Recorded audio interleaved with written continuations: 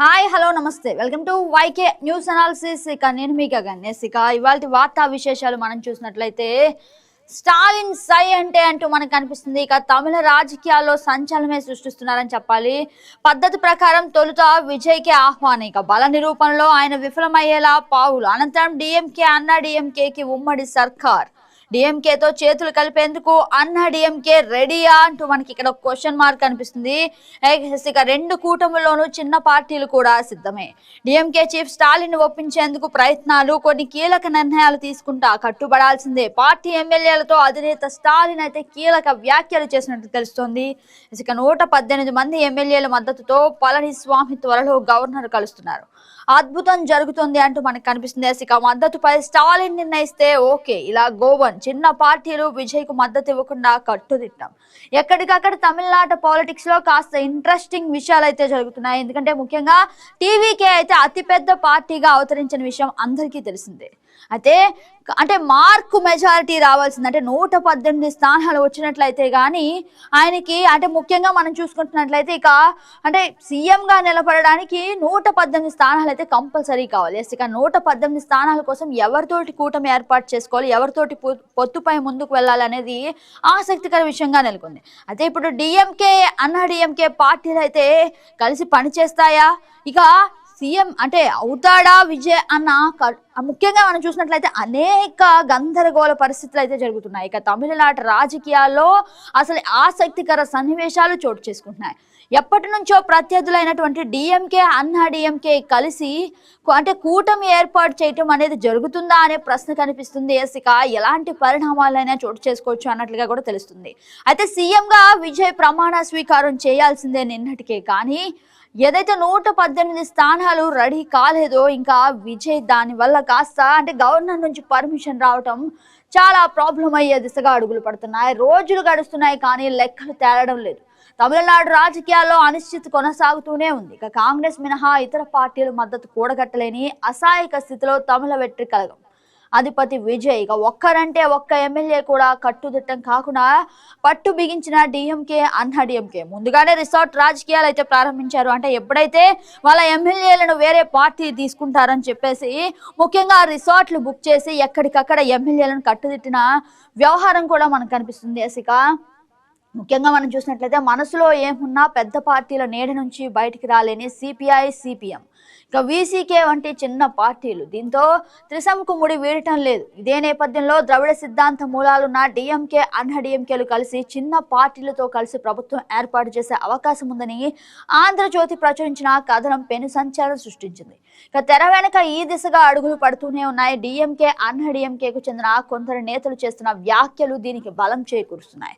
డిఎంకేతో కలిసి ప్రభుత్వాన్ని ఏర్పాటు చేసేందుకు అన్నా డిఎంకే సంసిద్ధంగానే ఉంది.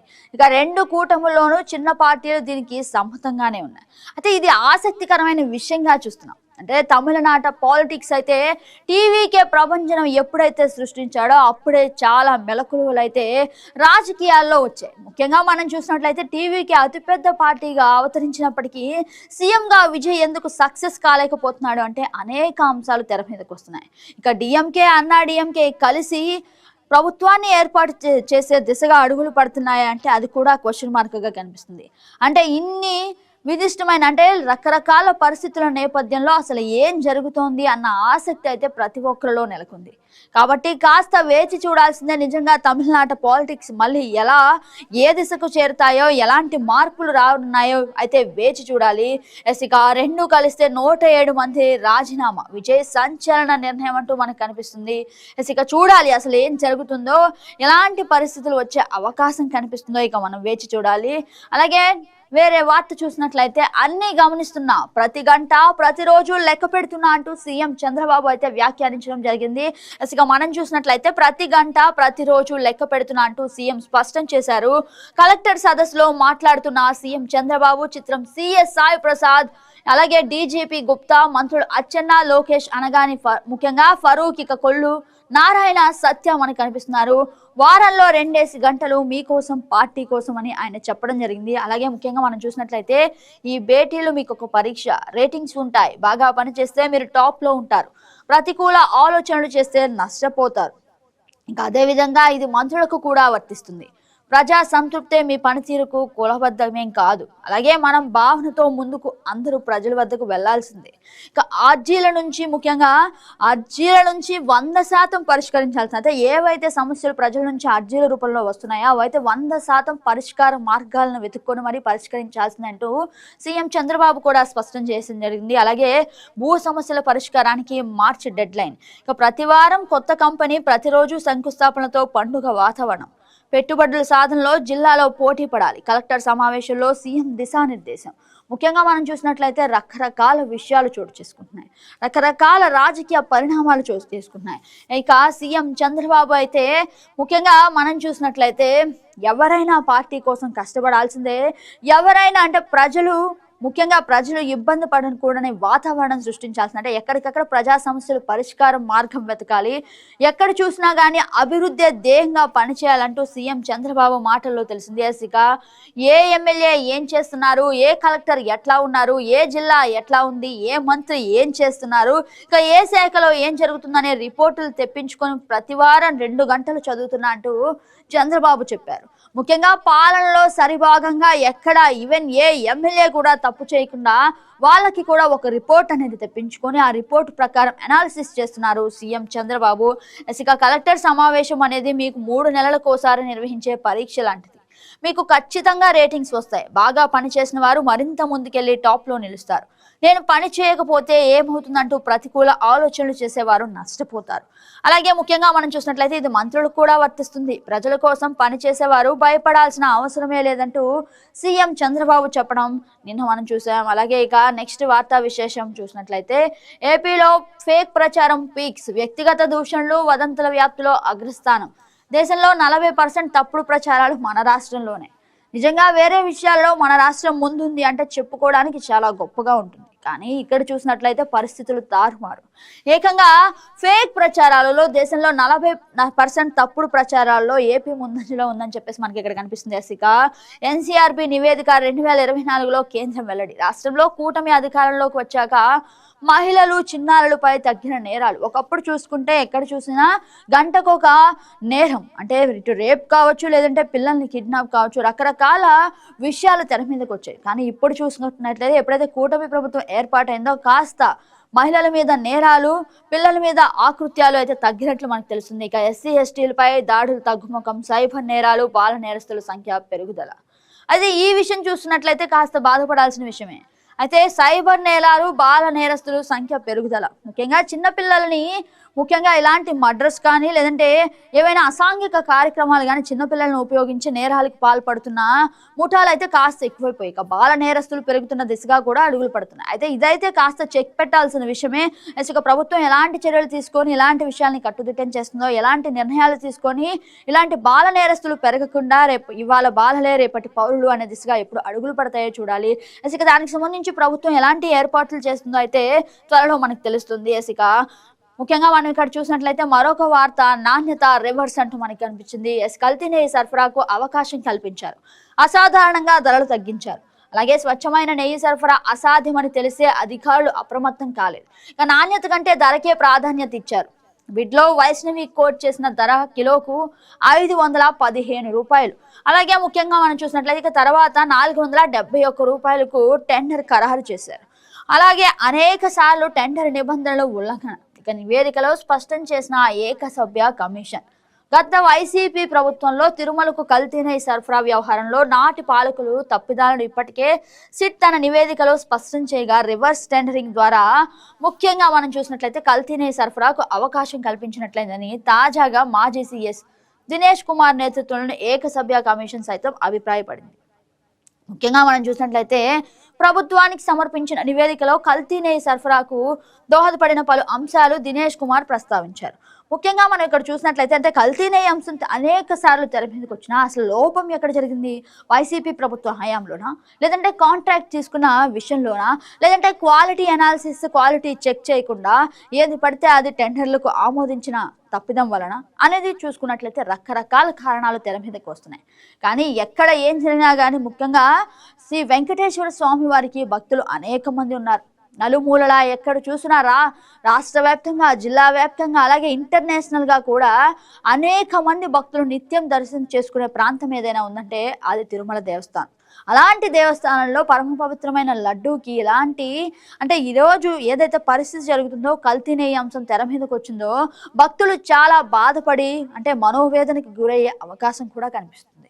కానీ అలాంటి చోట ఇలాంటి కల్తీ నెయ్యి అంటే అంత పరమ పవిత్రమైన స్థలంలో ముఖ్యంగా మనం చూసినట్లయితే పరమ పవిత్రమైన లడ్డూ ప్రసాదంలో అసలు ఈ కల్తీ నెయ్యి ఎందుకు వచ్చింది అనే అంశం మనం చూసినట్లయితే గత వైసీపీ ప్రభుత్వంలో తిరుమలకు కల్తీ నెయ్యి సరఫరా వ్యవహారంలో నాటి పాలకుల తప్పుదారు ముఖ్యంగా ఇప్పటికే సిట్ తన నివేదికలో స్పష్టం చేయగా ఇక రివర్స్ టెండరింగ్ ద్వారా కల్తీ నెయ్యి సరఫరాకు అవకాశం కల్పించినట్లయిందని తాజాగా మాజీ సీఎస్ దినేష్ కుమార్ నేతృత్వంలోని ఏకసభ్య కమిషన్ అయితే స్పష్టం చేసింది.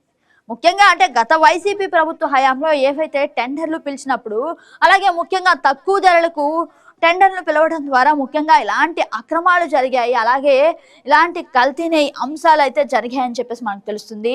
ఇక మరిన్ని అంటే ముఖ్యంగా ఏదైతే నివేదికలో స్పష్టం చేశారో ఇక మరిన్ని వివరాలు తెలియాల్సి ఉంది. అసలు ఎప్పుడు ఈ కల్తీ నెయ్యి పైన ఒక క్లారిటీ వస్తుందని చెప్పేసి భక్తులు చాలా అంటే చాలా వెయిట్ చేస్తున్నారు. ఇక చూద్దాం ఇలాంటి విషయంలో ముఖ్యంగా ఇంకా ఎలాంటి విషయాలు అయితే మన ముందుకు వచ్చే అవకాశం కనిపిస్తుంది.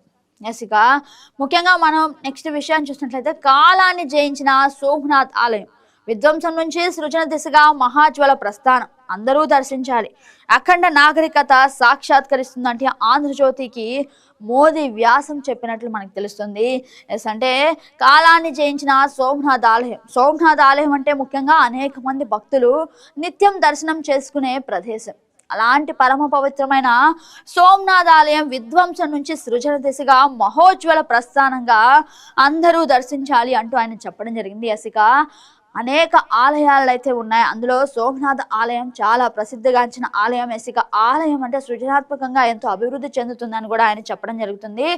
ఇక నెక్స్ట్ వార్తా విశేషం మనం చూసినట్లయితే వ్యవసాయ కనెక్టర్లన్నిటికీ సోలార్ విద్యుత్తు కేంద్ర కుసుమ పథకంలో ఏర్పాటు కేంద్రం నుంచి నిధులు పూర్తిగా రాకుంటే రాష్ట్రమే భరిస్తుందంటూ ఆయన చెప్పడం జరిగింది. అలాగే ముఖ్యంగా మనం చూసుకున్నట్లయితే ఇక సోలార్ ప్యానెల్ ఏర్పాటుతో వ్యవసాయానికి పగటి పూటే విద్యుత్, అలాగే ముఖ్యంగా మనం చూసినట్లయితే ఇక ప్రభుత్వ కార్యాలయాలు విద్యా సంస్థలకు ఏర్పాటు అంటూ సీఎం స్పష్టం చేశారు. కానీ ముఖ్యంగా మనం చూసినట్లయితే అనేక సార్లు అంటే సోలార్ ప్యానెల్ ఏదైతే అభివృద్ధి దిశగా అడుగులు పడుతున్నాయి, సోలార్ అనేది కూడా ఒక కొత్త నూతన కార్యక్రమానికి అయితే శ్రీకారం చుట్టారు. ఇక సోలార్ దశగా చూసినట్లయితే వ్యవసాయానికి పగటిపూటే విద్యుత్ అందించే సదుపాయాన్ని కూడా ఏర్పాటు చేసినట్టు ప్రభుత్వం చెప్తున్నారు. ఇక చూడాలి అంటే ఇలాంటి కొత్త నూతన కార్యక్రమాలు ముఖ్యంగా మనం చూసినట్లయితే ఆచరణలోకి వచ్చినట్లయితే ఎలాంటి అవకతవకలు లేకుండా అయితే చాలా గ్రోత్ దిశగా అడుగులు పడే అవకాశం కనిపిస్తుంది. ఇక ఈ సోలార్ విద్యుత్ని ఎప్పటి నుంచి వినియోగించి రైతులకు అందుబాటు చేస్తారో కాస్త వేచి చూడాల్సిన సమయం ఉంది. ఇక నెక్స్ట్ వార్తా విశేషం చూద్దాం.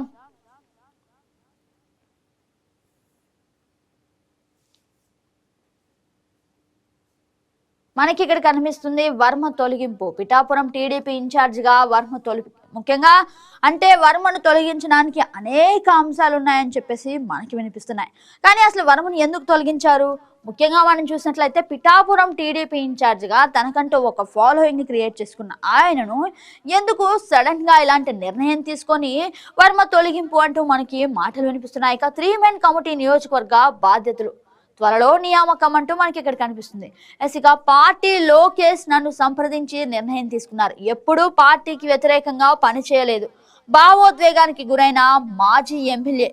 ఇక ఆ విషయం మనం కనుక క్షుణ్ణంగా పరిశీలించినట్లయితే డిప్యూటీ సీఎం పవన్ కళ్యాణ్ ప్రాతినిధ్యం వహిస్తున్న పిఠాపురం నియోజకవర్గ టీడీపీ ఇన్ఛార్జ్ బాధ్యతల నుంచి ఎస్వీఎస్ వర్మను తొలగిస్తూ టీడీపీ అధిష్టానం నిర్ణయం తీసుకుంది. గురువారం టీడీపీ రాష్ట్ర అధ్యక్షుడు ముఖ్యంగా మనం చూసినట్లయితే పల్లా శ్రీనివాసరావు వర్మకు ఫోన్ చేసి అయితే ఈ విషయాన్ని మనం చూసినట్లయితే అధిష్టాన నిర్ణయాన్ని తెలియజేశారు. అలాగే కూటమి ఐక్యతను దృష్టిలో పెట్టుకొని ఈ నిర్ణయాన్ని తీసుకున్నట్లు వివరించారు. ఇక పిఠాపురం నియోజకవర్గంలో టీడీపీని నష్టపరిచే చర్యలను నేను సహించలేకపోయాను, అంతే తప్ప నాకు కూటమిలోని పార్టీలతో ఎలాంటి వ్యక్తిగత విభేదాలు లేవు అంటూ ఆయన చెప్పడం జరిగింది. ఇక పార్టీ ఏ నిర్ణయం తీసుకున్నా కట్టుబడి ఉంటా అని చెప్పేసి వర్మ చెప్పడం జరిగింది. ఇక ముఖ్యంగా మనం చూసినట్లయితే గత కొద్ది రోజులుగా పిఠాపురంలో జనసేన నాయకులు వర్మకు నడుము తరచూ విధానాలు అంటే ముఖ్యంగా అంటే అనేక విధానాలు మార్పా లేదంటే వివాదాలు సృష్టిస్తున్నాయా అన్న అంశం అయితే తెర మీదకు క్లియర్ గా రాలేదు కానీ ఇన్ని రోజులు. బట్ ఏదో జరుగుతుంది అన్న విషయం అయితే ఇక్కడ తెలుస్తుంది. ఇక జనసేన అధినేత పవన్ కళ్యాణ్, టీడీపీ అధినేత చంద్రబాబు దీన్ని సీరియస్ గా తీసుకోవడంతో ఈ నిర్ణయం వెలువడింది. ముఖ్యంగా మనం చూసినట్లయితే వర్మ స్థానంలో నియోజకవర్గ టీడీపీ బాధ్యతలను 3 మెన్ కమిటీ అప్పగించాలని టీడీపీ అధిష్టానం అయితే నిర్ణయించింది. ఇక త్వరలో 3 మెన్ కమిటీని నియమిస్తామని పల్లా చెప్పారు. దీనిపై వర్మ మీడియాతో మాట్లాడారు. పార్టీకి ఎప్పుడూ వ్యతిరేకంగా పనిచేయాలని, పార్టీ బలోపేతం కోసం చాలా కృషి చేశానని, అయితే పార్టీ బలోపేతం కోసం అనేక సార్లు కృషి చేశాను, దానికి సంబంధించిన విషయాలలో ఆసక్తి చూపించాను తప్ప ఎప్పుడు తప్పు చేయలేదని లేదంటే వ్యతిరేకంగా ప్రచారం చేయలేదని ఆయన చెప్పడం జరిగింది. ఇక పార్టీ బలోపేతం కోసమే నిరంతరం శ్రమించా, అధినాయకత్వం ఏ నిర్ణయం తీసుకున్నా కట్టుబడి ఉంటా. వర్మ అంటే ఏంటో పిఠాపురం ప్రజలకు, పార్టీకి తెలుసు. ఇక పార్టీ నాయకత్వంతో పాటు జాతీయ వర్కింగ్ ప్రెసిడెంట్ లోకేష్ తో సమావేశమై పార్టీకి సంబంధించిన పలు విషయాలను మాట్లాడే. అలాగే ముఖ్యంగా చూసుకున్నట్లయితే ఇక ఆ సమయంలోనే సమన్వయం కోసం కమిటీని ఏర్పాటు చేయాలని చెప్పా. టైం స్పెండ్ చేయడం ఇబ్బందిగా ఉందని, ఒక్కడినే పని చేయలేకపోతున్నానని వివరించా. పార్టీ లోకేష్ నన్ను సంప్రదించిన తర్వాతే నిర్ణయం తీసుకున్నారు. దీని ప్రకారమే ప్రకటన వచ్చింది. ఇక బయట 100 అనుకుంటారు, అవన్నీ నాకు అనవసరం అని చెప్పేసి వర్మ స్పష్టం చేశారు. అలాగే ముఖ్యంగా మనం చూసినట్లయితే ఇక సీటు విషయం అంటారా, కూటమిలో ఎవరికి నష్టం తప్పదు. 20-30 సీట్లు ఇలా ఎక్కడ జరిగినా అందరూ పార్టీకి సపోర్ట్ చేశారు. జగన్ రాకూడదంటే ఎవరూ ఒకరు త్యాగం చేయక తప్పదు అని వ్యాఖ్యానించారు. ఈ సందర్భంగా విలేకరులు ప్రస్తుతం పార్టీ తీసుకున్న నిర్ణయంతో కార్యకర్తల మనోభావాలు దెబ్బతినవా అని అడిగిన ప్రశ్నతో వర్మ భావోద్వేగానికి గురయ్యారు. కొంత సమయం మాట్లాడలేకపోయారు, కన్నీరు పెట్టుకున్నారు. ఇక పిఠాపురం టీడీపీ అధినాయకత్వం నిర్ణయానికి కట్టుబడి ఉంటుందని చెబుతూ భావోద్వేగంతో ఇక మాట్లాడలేక లేచి వెళ్ళిపోయారు.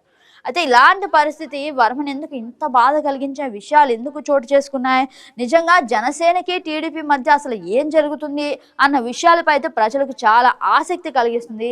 అసలు ఇక ఏం జరుగుతుందో, ఎలాంటి విషయాలు బయటికి రాబోతున్నాయో అని చెప్పేసి సర్వత్రా ఆసక్తి నెలకొంది. ఇక 3 మెన్ కమిటీకి నియోజకవర్గ బాధ్యతలు అయితే ముఖ్యంగా ఈ 3 మెన్ కమిటీ నియోజకవర్గ బాధ్యతలు ఎలా చేపడతారు, అలాగే వర్మకి సంబంధించిన విషయాలు అంటే ముఖ్యంగా టీడీపీ ఇన్ఛార్జ్ అంటే ఎందుకు తొలగించారు అనేది విషయం అయితే తెలియాల్సి ఉంది. ఇక ఈ 3 మెన్ కమిటీతో అయితే ఆసక్తికర విషయాలు అయితే బయటకు వచ్చే అవకాశం కనిపిస్తుంది. చూద్దాం ఇక ఏమేంటి ఎలాంటి విషయాలు అయితే తెర మీదకి వచ్చేది.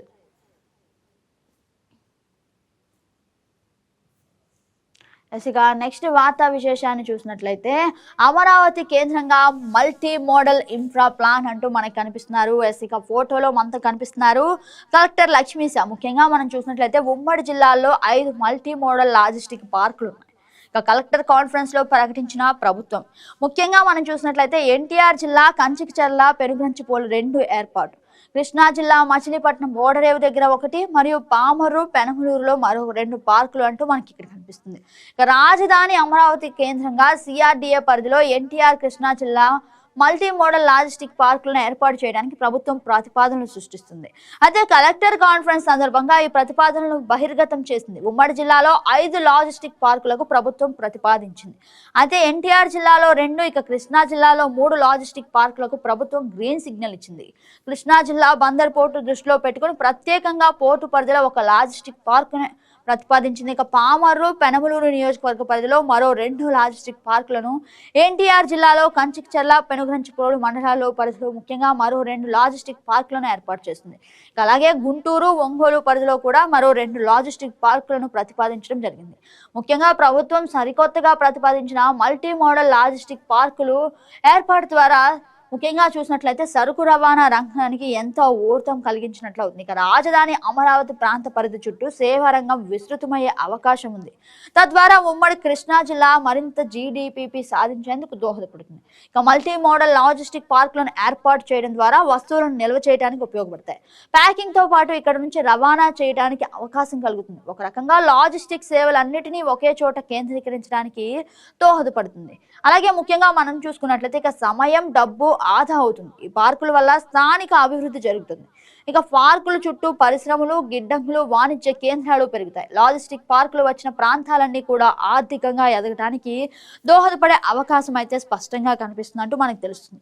ఇక సరుకు రవాణా రంగం అభివృద్ధి దృష్టిపై కూడా ప్రత్యేక చొరవ తీసుకున్నట్లుగా కూడా తెలుస్తుంది. అమరావతి రాజధాని ప్రాంతం పరిధిలో మల్టీ మోడల్ లాజిస్టిక్ పార్క్ ఏర్పాటు చేయడం ద్వారా ముఖ్యంగా అంటే ప్రజలు కాస్త సందడి వాతావరణం నెలకొంది. అంటే ముఖ్యంగా ఎటు చూసినా విజయవాడలో కనీసం అంటే ఫ్యామిలీతో స్పెండ్ చేయడానికి ఒక 10 నిమిషాలు కూర్చోవాలన్నా కానీ, కాస్త అంటే ఒక సందడి వాతావరణం నెలకొనాలన్నా కానీ, లేదంటే పిల్లలు ఆడుకోవాలన్నా కానీ అంటే పార్కులు కూడా లేని పరిస్థితి.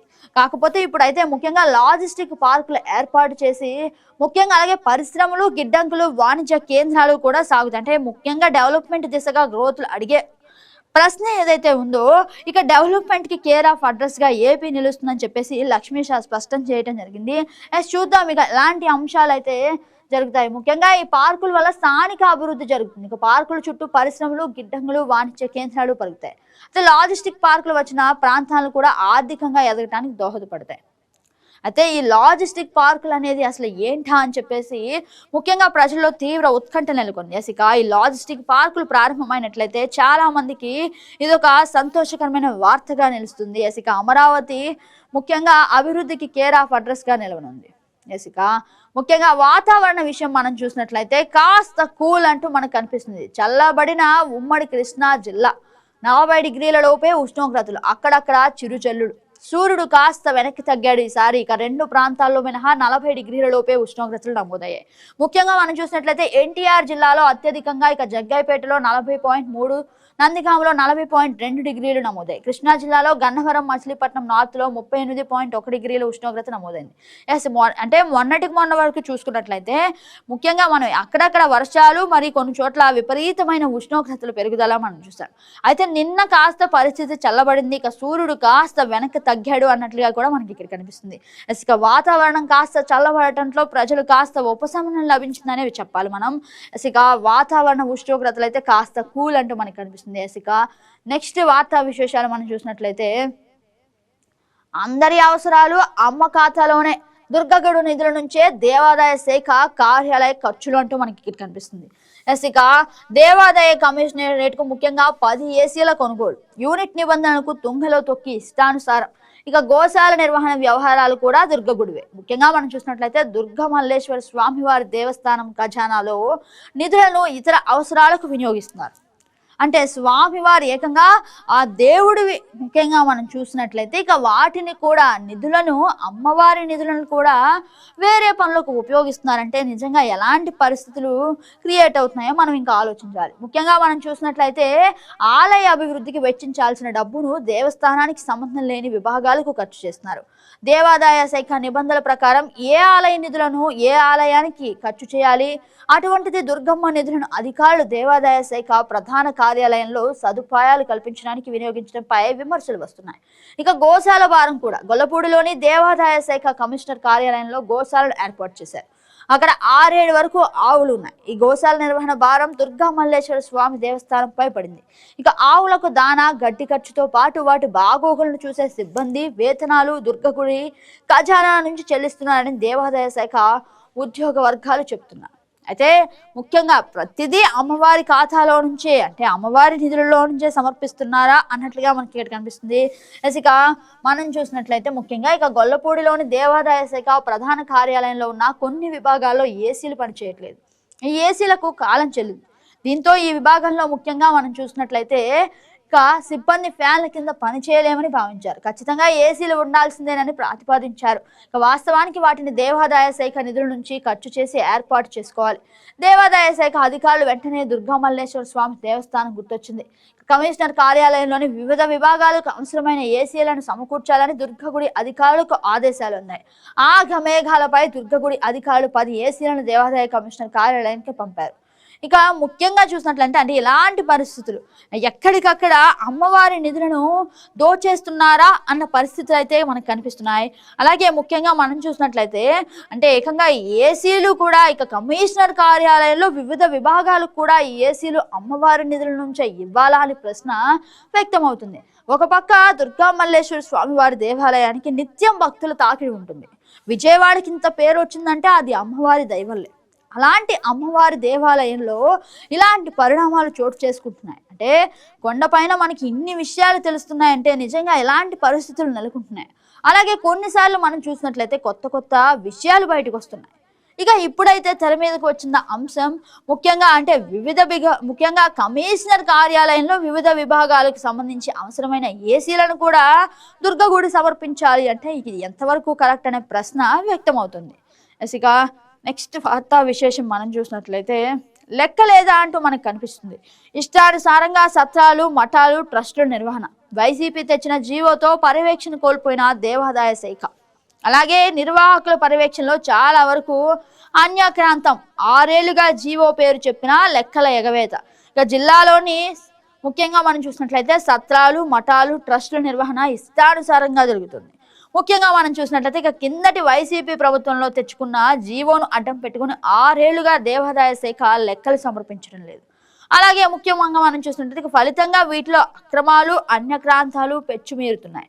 జిల్లాలో 25కు పైగా ట్రస్టులు సత్రాలు మఠాలకు సంబంధించిన భూములు అన్యక్రాంతమైనట్లు తెలుస్తుంది.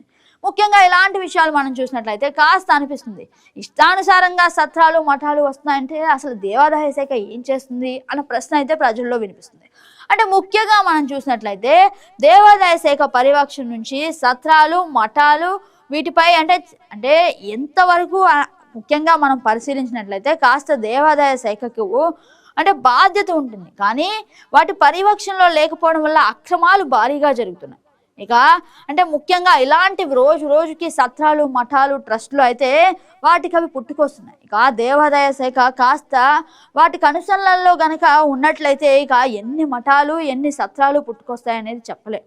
కాబట్టి దేవాదాయ శాఖ కాస్త కనుసన్నల్లో చూసుకొని ఇక పర్యవేక్షణలో ఉంచుకుంటే తప్ప ఇలాంటి సత్రాలకు అలాగే ముఖ్యంగా ట్రస్టులకు బ్రేక్ పడే అవకాశం ఉండదు. ఇక సాక్షి పేపర్లో అసలు ఇవాళ మెయిన్ హెడ్లైన్స్ ఏంటో ఒకసారి చూద్దాం. ఇక సాక్షిలో మనం చూసినట్లయితే ఫీజులు కడితేనే పరీక్ష చదువులు చతికల అంటూ మనకు కనిపిస్తుంది. ముఖ్యంగా ఇలాంటి పరిస్థితి కూడా వస్తుందా అన్నట్లుగా కూడా మనకు కనిపిస్తుంది. విద్యా దీవెనకు తూట్లు వసతి దీవెన ఎగవేత. ముఖ్యంగా బీఆర్ఓల పేరుతో బాబు సర్కార్ డ్రామా అంటూ మనకు కనిపిస్తుంది. ఇక బకాయిలతో కలిపి మొత్తం మనం చూసుకున్నట్లయితే 10,700 కోట్ల అవసరమైనట్లు తెలుస్తోంది. ఇక విద్యార్థుల ముక్కుపిండి ఫీజులు వసూలు చేస్తున్న కాలేజీలు. అలాగే ముఖ్యంగా మనం చూసినట్లయితే ఉన్నత విద్యా రంగాన్ని భ్రష్టు పట్టించిన చంద్రబాబు సర్కారు. అలాగే ప్రభుత్వ వర్సిటీల నుంచి ఏకంగా 1,500 కోట్ల నిధులు దారి మళ్లింపు. ఇక ఉన్నత విద్య కోసం వైఎస్ జగన్ హయాంలో ముఖ్యంగా మనం చూసినట్లయితే 18,663.44 కోట్ల వ్యయం. ఇక గతంలో చంద్రబాబు బకాయి పెట్టిన 1,778 కోట్ల రూపాయలనైతే చెల్లించిన వైఎస్ఆర్సీపీ సర్కార్. ఇక చూడాలి నిజంగా పిల్లల స్టడీకి కూడా సంబంధించి ఇంత మేరకు చదువులు చతికిలు పడేలా ఉన్న సర్కార్ అన్న ప్రశ్న అయితే మనకు కనిపిస్తుంది. ఇక సాక్షి పేపర్లో. అలాగే ముఖ్యంగా మరొక వార్త మనం చూసినట్లయితే బినామీలకు పర్యాటక ప్రాజెక్టుల ముసుగులో విలువైన స్థలాల కేటాయింపు. ఇక ఆర్థికంగా దివాలా తీసిన వ్యక్తులకు సైతం పందేరం అంటూ భవానీ ద్వీపంలో విశ్వనాథ్ స్పోర్ట్స్ అవెన్యూస్ బాగా లీజు రద్దు చేసిన విశాఖ పోర్ట్ అథారిటీ గెంటేసిన సంస్థకు బాబు సర్కార్ రెడ్ కార్పెట్ అంటూ మనకు కనిపిస్తుంది. అలాగే నెక్స్ట్ వార్తా విశేషం మనకు కనిపిస్తున్నట్లయితే ఇక్కడ రెండోసారి టీవీకే చీఫ్ విజయ్ కు మళ్ళీ గవర్నర్ అయితే తిరస్కరించడం జరిగింది. అసలు ఏం జరుగుతుంది తమిళనాడు పాలిటిక్స్ లో అన్నట్లుగా ఆసక్తికర పరిణామాలు చోటు చేసుకుంటున్నాయి. ముఖ్యంగా మనం చూసినట్లయితే రెండోసారి టీవీకే చీఫ్ విజయ్ కు మళ్ళీ గవర్నర్ మొండి చెయ్యి అంటూ మనకు కనిపిస్తుంది. కలిసి వచ్చే పార్టీల వేటలో బిజీగా మారిన విజయ్ టీవీకే ప్రపంచం సృష్టించింది. ముఖ్యంగా చూసుకున్నట్లయితే అత్యధిక మెజారిటీతో సరికొత్త మార్పును తీసుకొచ్చింది రాజకీయ చరిత్రలో. కానీ ముఖ్యంగా మనం ఇక్కడ చూసినట్లయితే మనకి కనిపిస్తుంది కలిసి వచ్చే పార్టీల వేటలో బిజీగా మారిన విజయ్. డిఎంకే అన్నా డిఎంకే జట్టు కడితే మూకుమ్మడి రాజీనామాలు చేసేందుకు రెడీగా ఉన్న టీవీకే ఎమ్మెల్యేలు అవసరమైతే న్యాయ పోరాటానికి సిద్ధమని వ్యాఖ్య. అయితే తమిళనాట పాలిటిక్స్ అయితే మరింత ఘాటుగా మారుతున్నాయి రోజు రోజుకి. అసలు ఏం జరుగుతుంది, నిజంగా ఎలాంటి పరిణామాలు చోటు చేసుకుంటాయి? అయితే టీవీకే ప్రభుత్వం అత్యంత భారీగా ఎప్పుడు ఏర్పాటవుతుంది? టీవీకే అయితే ఒక కొత్త రాజకీయ పార్టీగా సంచలనం సృష్టించిన విషయం అందరికీ తెలిసిందే. అయితే ప్రభుత్వం ఏర్పాటుకు విజయ్ సీఎం అవటానికి ఇంకెంత సమయం పడుతుంది అని ప్రజల్లో ప్రశ్న కనిపిస్తుంది. ముఖ్యంగా ఇలాంటి విషయాలు చూసినప్పుడు అంటే ఇంత మేరకు ఏదైతే ప్రభంజనం సృష్టించిందో జనం మెజారిటీ ఓట్లతోటి, కానీ ప్రభుత్వం ఏర్పాటుకు ఎందుకు ఇంత ఆలస్యం అనే ప్రశ్న కనిపిస్తుంది. ఇక మెజార్టీ మార్క్ అంటే మార్కు సెట్ చేసి 118 సీట్లు అయితే కావాలి. ఇక 118ని ఏర్పాటు చేసుకునే పనిలో ఉన్నాడు విజయ్. అయితే 108 స్థానాలు వచ్చినప్పటికీ ముఖ్యంగా మనం చూసినట్లయితే ఇంకా 10 నుంచి 11 ఎమ్మెల్యేల స్థానాలు కావాలి. అయితే విజయ్ మనం చూసినట్లయితే ఇక సిపిఎంల మద్దతు కోరిన టీవీకి నేడు గవర్నర్ కు వ్యతిరేకంగా కాంగ్రెస్ రాష్ట్ర వ్యాప్త ఆందోళన. అయితే కాంగ్రెస్ ఎమ్మెల్యేలతో పొత్తు పెట్టుకొని కాస్త ముందుకు వెళ్ళటానికి కొనసాగిద్దామని ప్రయత్నం చేసినా మళ్ళీ బ్రేక్ వేస్తున్నారు గవర్నర్. అసలు ఈ పాలిటిక్స్ లో ఎలాంటి మార్పులు చోటు చేసుకుంటున్నాయని సర్వత్రా ఆసక్తి నెలకొంది. అయితే విజయ్ మాస్టర్ ప్లాన్ ఏ విధంగా ఉంటుంది అని ముఖ్యంగా వేచి చూస్తున్నారు. ఇక ప్రత్యర్థి ఎంత బలమైన వాడైనా ఢీ కొట్టే సత్తా తనకుందని చెప్పేసి సినిమా స్టైల్లో విజయ్ చెప్తున్నారు. అదేవిధంగా ఇక రాజకీయాల్లో ప్రవేశం చేసి ముఖ్యంగా అంటే కంటెస్ట్ చేసిన ప్రతి చోట గెలుపు విజయ కేతనం ఎగరవేసి మార్క్ సెట్ చేశారు విజయ్. అయితే ముఖ్యంగా ఇప్పుడు పరిస్థితి చూసినట్లయితే ఎప్పటి నుంచో బద్ధ శత్రువులైన డిఎంకే అన్నాడీఎంకే పార్టీలు కలిసిపోయి ఇక అంటే ఎలాంటి ప్రభుత్వం ఏర్పాటు చేస్తారు అని మళ్ళీ కొత్త ప్రశ్న కనిపిస్తుంది. అయితే ముఖ్యంగా ఇక డిఎంకే అన్నాడీఎంకే గనుక పొత్తు పెట్టుకుంటే మొత్తం టీవీకే ఎమ్మెల్యేలంతా రాజీనామా చేస్తారని మరొక అంశం తెర మీదకి వచ్చింది. ఇలా రకరకాల వార్తల మధ్య తమిళనాట ఏం జరుగుతుందో అని చెప్పేసి ప్రజలు ఎంతో ఆసక్తికరంగా ఎదురు చూస్తున్నారు. ఇక మనం చూసినట్లయితే నూతన ప్రభుత్వ ఏర్పాటుపై తమిళనాట కొనసాగుతున్న ప్రతిష్టంభన. రాజ్యసభ స్థానానికి అన్నాడీఎంకే నేత షణ్ముఖం రాజీనామా. ఏంటి తమిళనాడు పాలిటిక్స్, ఏంటి సరికొత్త మార్పులు అసలు మనం చూసినట్లయితే ఎప్పటి నుంచో ప్రత్యర్థులుగా డిఎంకే అన్నాడీఎంకే ఉన్న పార్టీలు ఇప్పుడు పొత్తు పెట్టుకొని విజయ్ మీద కక్ష సాధింపు చర్యలు ప్రారంభిస్తారా అన్న ప్రశ్న వ్యక్తమవుతుంది. ఇలా రకరకాల క్వశ్చన్స్ మధ్య ఆన్సర్ తెలియని ప్రశ్నలాగా మిగిలిపోయింది ఇప్పుడు విజయ్ పరిస్థితి. ఇక అన్నాడీఎంకేను చీల్చి టీవీకేతో షణ్ముఖం కలుస్తారని ఊహాగానాలు కూడా కనిపిస్తున్నాయి. అయితే ఇలాంటి పరిస్థితుల మధ్య ఏం జరుగుతోంది, ఎలా జరుగుతుంది, నెక్స్ట్ పని ఏంటి, అసలు ప్రభుత్వం ఏర్పాటు ఎప్పుడు జరుగుతుంది అని రకరకాల ప్రశ్నలు కూడా కనిపిస్తున్నాయి. ఇక మనం చూసినట్లయితే రెండోసారి అంటూ మనకి ఇక్కడ క్యాప్షన్ కనిపిస్తుంది. కలిసి వచ్చే పార్టీల వేట్లో బిజీగా మారిన టీవీకే చీఫ్. డిఎంకే అన్నాడీఎంకే జట్టు కడితే మూకుమ్మడి రాజీనామాలు చేసేందుకు రెడీగా ఉన్న టీవీకే ఎమ్మెల్యేలు అవసరమైతే న్యాయ పోరాటానికి కూడా సిద్ధమేనని చెప్పేసి ఒక వ్యాఖ్య చెప్పడం కూడా జరిగింది.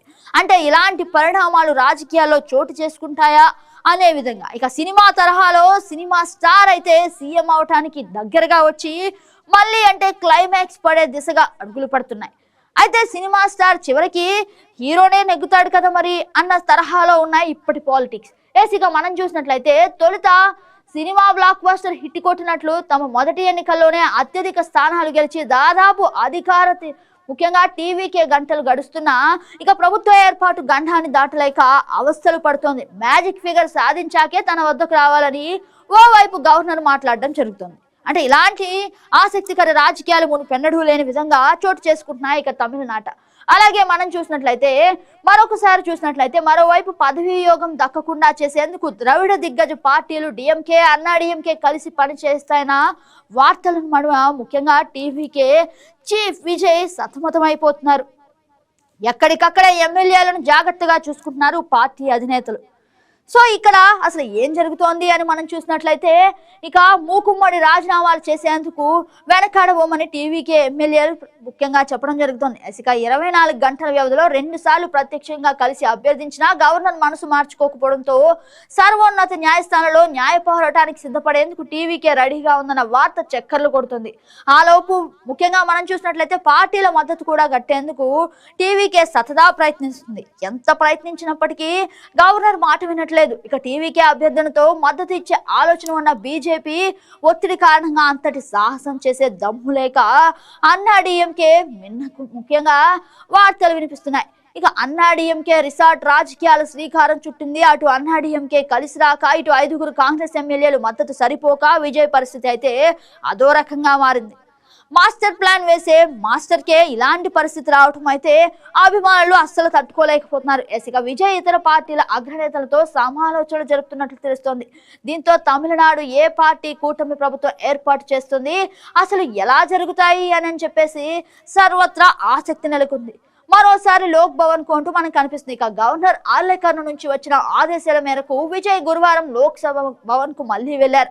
తమకు అవకాశం ఇస్తే అసెంబ్లీ బల నిరూపణ చేసుకుంటామని గవర్నర్ ను లిఖితపూర్వకంగా అభ్యర్థించారు విజయ్ ఎంతటికి అభ్యర్థించినా గానీ ఇందుకు గవర్నర్ నుంచి సానుకూల స్పందన కరువైంది. ఇక 118 మంది ఎమ్మెల్యేలు మద్దతు వస్తేనే సాధారణ మెజార్టీ సాధించినట్లు భావించి ప్రభుత్వ ఏర్పాటుకు అవకాశం ఇస్తానని విజయ్ కు గవర్నర్ స్పష్టం చేశారు. అయితే ముందుగా ప్రభుత్వం ఏర్పాటు చేస్తా, ముందుగా సీఎం ప్రమాణ స్వీకారం చేస్తా, ఆ తర్వాత తనకున్న బలం చూపిస్తా అని చెప్పేసి విజయ్ చెప్పడంతో అది ససీమేరా ఒప్పుకోలేదు గవర్నర్. అయితే ముఖ్యంగా మనం చూసినట్లయితే ఇక విజయ్ కు గవర్నర్ స్పష్టం చేసిందల్లా ఒక్కటే, ముందు మెజారిటీ నిరూపించుకోవాలి, ఆ తర్వాతే ప్రమాణ స్వీకారం అన్నట్లుగా కనిపిస్తుంది. ఇక మనం చూసినట్లయితే అందుకు గవర్నర్ సమ్మతి తెలిపారని లోక్ భవన్ వర్గనిచ్చాయి. అయితే గవర్నర్ తో విజయ్ భేటీ 40 నిమిషాల్లోనే ముగిసింది. ఇక అనూహ్యంగా షణ్ముగం రాజీనామా. అన్నాడీఎంకే సీనియర్ నేత రాజ్యసభ సభ్యుడు సివి షణ్ముగం గురువారం రాత్రి అనూహ్యంగా తన రాజ్యసభ స్థానానికి రాజీనామా చేశారు. ఢిల్లీకి వచ్చి సంబంధిత ఉన్నతాధికారికి తన రాజీనామా లేఖను ఇచ్చారు. అసలు ఎక్కడ చూసినా తమిళనాడు పాలిటిక్స్ గురించే డిస్కషన్. మళ్ళీ ఇప్పుడు ఈ షణ్ముగం రాజీనామా ఏంటి అని మళ్ళీ కొత్త అంశం. ఇక విజయ్ తో అన్నాడీఎంకే పొత్తు పెట్టుకుంటే రాష్ట్రానికి క్షేమదాయకమని ఫలితాలు వెల్లడయ్యాక షణ్ముగం వ్యాఖ్యానించడం తెలిసిందే. దీంతో అన్నాడీఎంకే చీల్చి తన వర్గం ఎమ్మెల్యేలను టీవీకేకు మద్దతుగా ఇచ్చేలా ప్రభుత్వ ఏర్పాటుకు షణ్ముగం ప్రయత్నిస్తున్నారని వార్తలు వచ్చాయి. ఇలాంటి వార్త చక్కర్లు కొడుతూ మనకు కనిపిస్తుంది. ఇక దీనిపై ఆయన స్పందించారు. దీనిపై నేనేమి మాట్లాడలేని పరిస్థితి ఉంది, కానీ నాకేమి తెలియదు అంటూ ఆయన చెప్పడం కాస్త షాక్ ఇచ్చింది. ఇక డిఎంకేతో అన్నాడీఎంకేతో పొత్తు ప్రతిపాదనలు మొదటి నుంచి షణ్ముగం వ్యతిరేకిస్తున్నట్లు తెలుస్తుంది. ముఖ్యంగా మనం చూసినట్లయితే పనయూరులో టీవీకే ఎమ్మెల్యేలు సమావేశమయ్యారు. ఇక్కడ ఏ నిర్ణయాలు తీసుకున్నారనేది తెలియరాలేదు. అందరూ ఐక్యంగా ఉండాలని విజయ్ కోరానంటూ తెలుస్తోంది. ఇక పార్టీ అనేది అసెంబ్లీలో బల నిరూపణ చేసుకుంటుంది. మొత్తం ఎమ్మెల్యేల జాబితాను ముందస్తుగా అడగాల్సిన అవసరం గవర్నర్ కు అసలు ఏముంది అన్నట్లుగా కూడా మనకు కనిపిస్తుంది. అలాగే ముఖ్యంగా మనం చూసినట్లయితే ఇక గవర్నర్ వైఖరి శుక్రవారం నిరసన ర్యాలీలు కొనసాగుతున్నాయని కాంగ్రెస్ తెలిపింది. టీవీకే అభ్యర్థనపై శుక్రవారం సమావేశ నిర్ణయం అయితే జరిగింది. ముఖ్యంగా మనం చూసినట్లయితే 3 పార్టీల నేతలతోటి భేటీలు. టీవీకే నేత నిర్మల్ నేతృత్వంలోని బృందం సిపిఐ రాష్ట్ర కార్యదర్శి, అలాగే షణ్ముగం సిపిఐ రాష్ట్ర కార్యదర్శి వీరపాండియన్, వీసీకే నేత తిరుమానవల్తో వేర్వేరుగా సమావేశమైంది. ఇక తమతో ముఖ్యంగా చూసినట్లయితే కలిసి రావాలని వీళ్లను నిర్మల్ కోరారు. ఈ 3 పార్టీలు శుక్రవారం సాయంత్రంలోగా నిర్ణయాన్ని ప్రకటించే అవకాశాలున్నాయి. ఇక డిఎంకేతో చర్చించాక చెప్తామని ఐయుఎంఎల్ నేత ఖాదర్ వెల్లడించారు. ఏం జరుగుతుందో అని చెప్పేసి చాలా ఆసక్తిగా ఎదురు చూస్తున్నారు ప్రజలు. అయితే విజయ్ మళ్ళీ విజయకేతను ఎగరవేస్తాడా, ఎమ్మెల్యేలను సాధిస్తాడా అంటే కాస్త క్వశ్చన్ మార్క్ కనిపిస్తుంది. మరోపక్క డిఎంకే అన్నాడీఎంకే కలిసి ప్రభుత్వం ఏర్పాటుకి రెడీ అవుతున్నారా అని చెప్పేసి మళ్ళీ మరొక ప్రశ్న కనిపిస్తుంది. ఇక తమిళనాడు పాలిటిక్స్ లో ఎలాంటి మార్పు చోటు చేసుకుంటుందో కాస్త వేచి చూడాల్సిన అవసరం ఎంతైనా ఉంది. ఇక నెక్స్ట్ వార్తా విశేషాన్ని మనం చూసినట్లయితే ప్రధాని కేంద్ర మంత్రులు డిపిగా సింధూర్. ముఖ్యంగా పహల్గామ్ ఉగ్రవాద దాడికి ప్రతీకారంగా భారత సైన్యం ప్రారంభించిన ఆపరేషన్ సింధూర్ కు ఏడాది పూర్తయింది. ఈ సందర్భాన్ని పురస్కరించుకుని ప్రధాని నరేంద్ర మోదీ సహా పలువురు కేంద్ర మంత్రులు తమ సోషల్ మీడియా ఖాతాల్లో గురువారం డిస్ప్లే చిత్రాలను మార్చేశారు. కేంద్రం రూపొందించిన కొత్త లోగోని డీపీగా పెట్టుకున్నారు. మన సాయుధ దళాలకు వారి విజయానికి గౌరవ సూచకంగా అందరూ ఈ కొత్త లోగోను డీపీగా పెట్టుకోవాలని ప్రజలకు పిలుపునిచ్చారు. గత ఏడాది ఆపరేషన్ సింధూర్ సందర్భంగా విడుదల చేసిన లోగో పైన రెపరెపలాడుతున్న జాతీయ జెండాను ఈ కొత్త లోగోలో అయితే ఆవిష్కరించారు. ఇక మనం చూసినట్లయితే ఈ కొత్త లోగోలో అదనంగా జోడించారు. ఇక ముఖ్యంగా మనం చూసినట్లయితే ఎక్కడ అంటే ఇలాంటి కొత్త తరహా డీపీస్ ని అంటే ప్రజలకు తెలిసే విధంగా మరొక పక్క గుర్తు చేసుకునే విధంగా ఉంది. అసలు ఈ కొత్త లోగోలో అదనంగా జోడించుతాయి. అయితే కేంద్ర మంత్రులు రాజ్నాథ్ సింగ్, అమిత్ షా, ఎస్ జయశంకర్ తో పాటు ఇతర మంత్రులు, బీజేపీ జాతీయ అధ్యక్షుడు నితిన్ నబీన్, పార్టీ నేతలు సోషల్ మీడియా ఖాతాల్లో ప్రొఫైల్ చిత్రాలను మార్చారు. ఇక ఎక్స్, ఫేస్బుక్, ఇన్స్టాగ్రామ్, వాట్సాప్ వేదికలో ప్రొఫైల్ పిక్చర్లను నల్లటి బ్యాక్గ్రౌండ్ పై ఆపరేషన్ సింధూర్ అనే అక్షరాలు ఉన్న విచిత్రంగా అయితే ముఖ్యంగా అంటే కొత్త తరహాలో ఆపరేషన్ సింధూర్ అని పెట్టారేంటి అని చెప్పి కాస్త ప్రశ్న వ్యక్తం అవుతున్నప్పటికీ, అయితే సంవత్సరం పూర్తయిన సందర్భంగా ఈ చిత్రాన్ని వెలువచ్చామని చెప్పేసి ఇక ప్రొఫైల్ పిక్స్ లో షేర్ చేయాలని చెప్పేసి కనిపిస్తుంది. ఇక నెక్స్ట్ వార్తా విశేషాన్ని మనం చూసినట్లయితే, ప్రొఫెషనల్ షూటర్లు గ్లోక్ పిస్తల్ అంటూ మనకు కనిపిస్తుంది. ఇక సువేందు సహాయకుడి హత్య కేసులో వెలువడుతున్న నిజాలు. తమిళనాట పాలిటిక్స్ లో మరొక ఆసక్తికర సన్నివేశం చోటు చేసుకుంది. అసలు ఎక్కడ జరిగింది, ఎప్పుడో వచ్చింది అన్న విషయాన్ని కూడా కనిపెట్టలేకపోతున్నారు. ఇక పశ్చిమ బెంగాల్ బీజేపీ నేత సువేందు అధికారి అనుచరుడు చంద్రనాథ్ రథ్ హత్య వెనుక పక్కా ప్రణాళిక ఉన్నట్లు పోలీసులు ప్రాథమికంగా నిర్ధారించారు. ముఖ్యంగా మనం చూసినట్లయితే ఫేక్ నెంబర్ ప్లేట్లు ఉన్న వాహనాలపై వచ్చి రథ్ పై కాల్పులు జరిపింది ప్రొఫెషనల్ షూటర్లు అని చెబుతున్నారు. రథ్ మృతదేహాన్ని గురువారం పూర్చ్ మేదినీపూర్ జిల్లాలోని ఆయన సొంతూరు చాందీపూర్కు తరలించారు. రథ్ మృతదేహానికి పోస్ట్ మార్టం జరిపిన బరాసత్ ప్రభుత్వ ఆసుపత్రి వద్ద సువేందు అధికారి మీడియాతో మాట్లాడారు.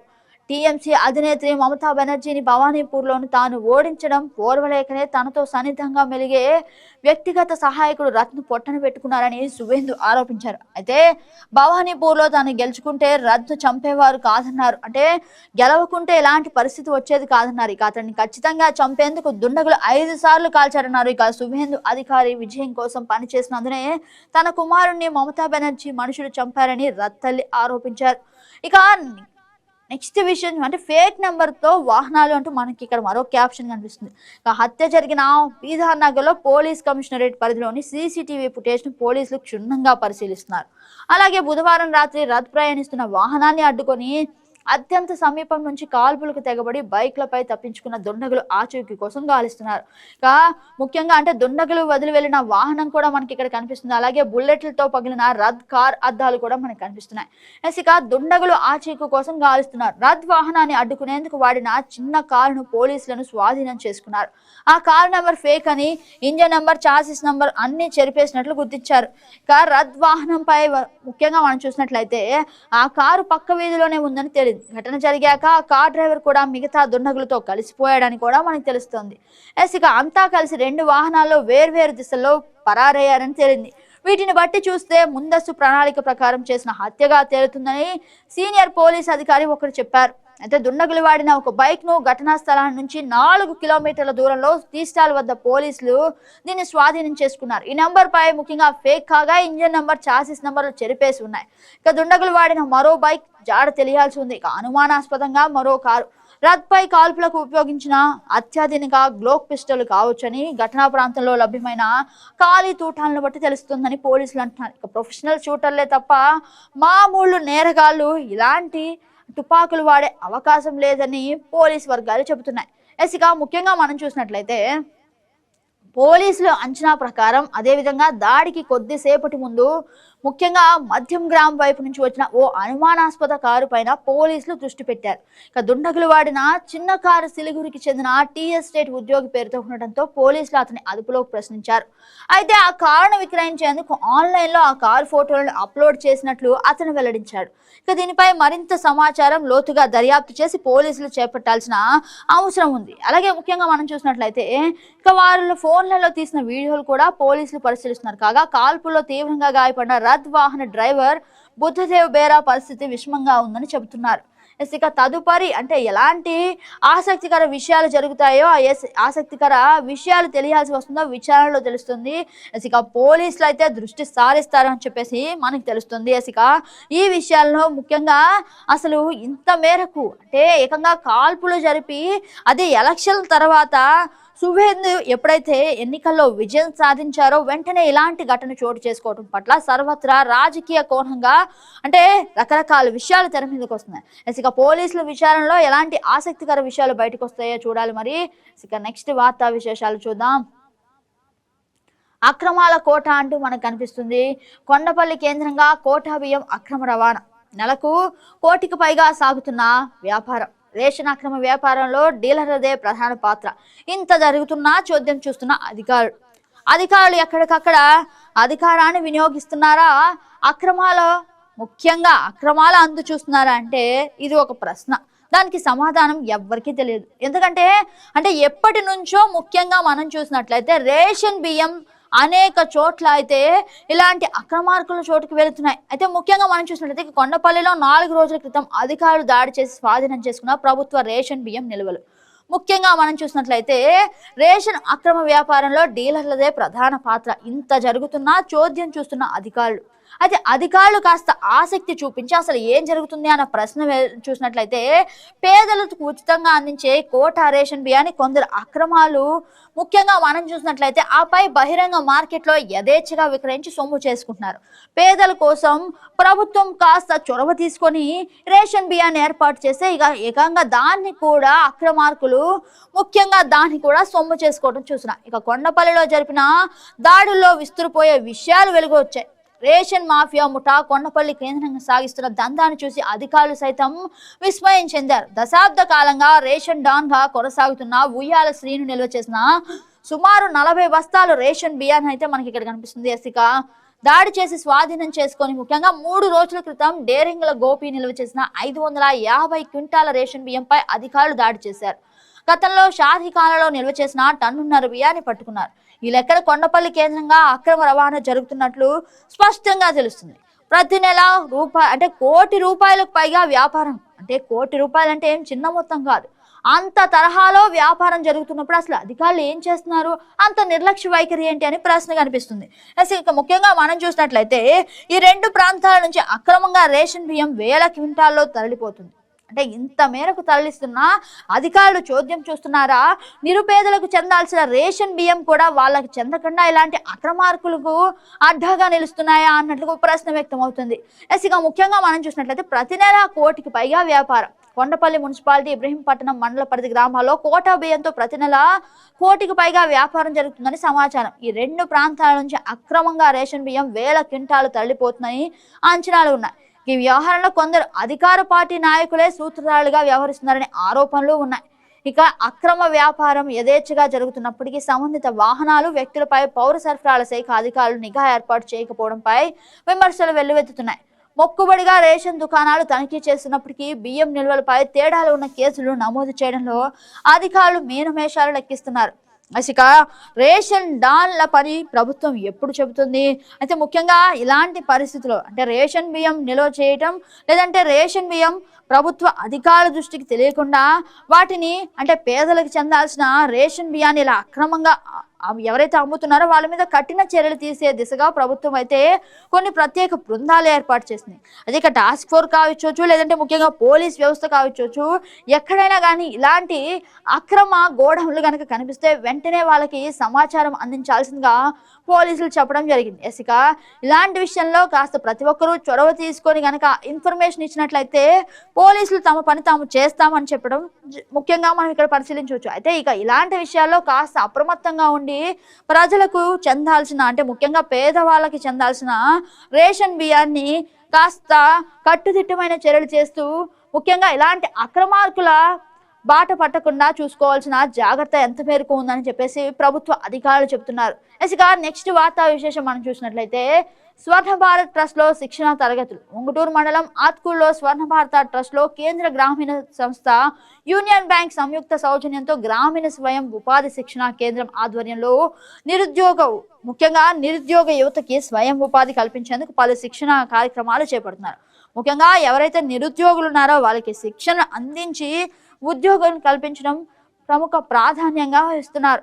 ప్రతినిధులు గురువారం ఓ ప్రకటనలో తెలిపారు. 4 రోజులు వస్త్ర చిత్ర కళ మగ్గం శిక్షణ మగ్గం ఉపయోగించడం ఎలా అనే దానిపైన కాస్త అవగాహన తెలిపిస్తున్నారు. అలాగే 14 రోజులు కాస్ట్యూమ్ జ్యువెలరీ శిక్షణ, 10 రోజులు పుట్టగొడుగుల పెంపకం, 12 రోజుల కొవ్వొత్తుల తయారీలో శిక్షణ ఇవ్వనట్లు పేర్కొన్నారు. 10వ తరగతి ఉత్తీర్ణులైన 19 నుండి 50 ఏళ్ల లోపు గ్రామీణ మహిళలు, యువతులు శిక్షణ పొందేందుకు అర్హులని పేర్కొన్నారు. ప్రతి ఒక్కరికి ఎవరికైతే ఇలాంటి విషయాల్లో ఆసక్తి ఉందో వాళ్ళైతే ప్రత్యేకంగా చొరవ తీసుకొని శిక్షణ పొందే దిశగా అయితే అడుగులు పడుతున్నాయి. ప్రభుత్వం కూడా ఇలాంటి నూతన కార్యక్రమాలకు శ్రీకారం చుట్టి ఎవరైతే నిరుద్యోగులు ఉన్నారో వాళ్ళకి శిక్షణ అందించి ప్రత్యేకంగా శిక్షణ పొందే విధంగా అయితే ఇలాంటి చర్యలు తీసుకుంటున్నారు. చూశారు కదా, ఇవి ఇవాల్టి వార్తా విశేషాలు. రేపటి రోజున మళ్ళీ వైకే న్యూస్ అనాలిసిస్ లో మీ ముందుకు వచ్చేస్తా. Until then this is Gagan signing of.